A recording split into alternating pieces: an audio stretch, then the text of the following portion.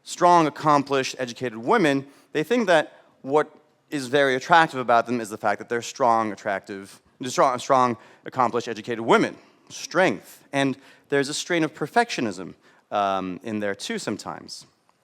And I'd like to tell you that perfectionism is actually kind of off-putting. It's not attractive. What makes you truly attractive is your vulnerability, okay? It's your ability to show your human side. Excuse me, what was I going to talk about? See, that's the vulnerability right here. And that's what actually makes you endearing to other people. It's like that little crag that love can nest on, okay, as opposed to this sheer cliff. Where's it going to go, right? So I encourage you to think of it in that way and to bring a little bit of that vulnerability, a little bit of that softness to your interactions if, in fact, you are seeking that kind of fulfillment in your life in a context of an intimate relationship. So the Dalai Lama once said that the world will be saved by the Western woman. So in Taoist thought, they say that you really can't save the world, you can't really improve on the world. So that part, okay, great, but old Mr. number 14 Dalai Lama had a point, which is that you are in an extraordinary position these days. You have power, you have means, and you can really transform the world because you have compassion built in. Translation, not as much testosterone. So if you have that and power, then maybe when you're in charge, you won't spend the money on a joint tactical strike fighter and instead build more schools. I don't know, maybe. But this is an extraordinary time in history for you and for everyone. And I urge you to grasp that. So in conclusion, I'd like to recite a little poem for you that I've never recited before. So that's my vulnerability. And if I flub, I have this. So it's called At the Swing of Midnight. You ready? Okay, good. At the swing of midnight, on the day you were born, 3 lightning bolts came together. The first, sinuous and long, said, "I shall make her graceful." The second, jagged and strong, said, "I shall make her like diamond that cuts into darkness." The third, bright as the sun, said, "I shall make her radiant, so she warms and brightens all those around her." As the lightning bolts descended, lightning fast, a fourth came along, spectral and thin, and whispered, "I shall make her forget." And so she walked the earth, oblivious to her gifts, save when staring into a newborn's endless eyes, or hearing a strain of music so pregnant with yearning as to have the weight of truth. Or when a dusty pilgrim would arrive from far away and yell, "Ave," and with wild eyes that could see the goddess for the human that she was. So, be the light, open your heart, and most important, remember yourself. Thank you.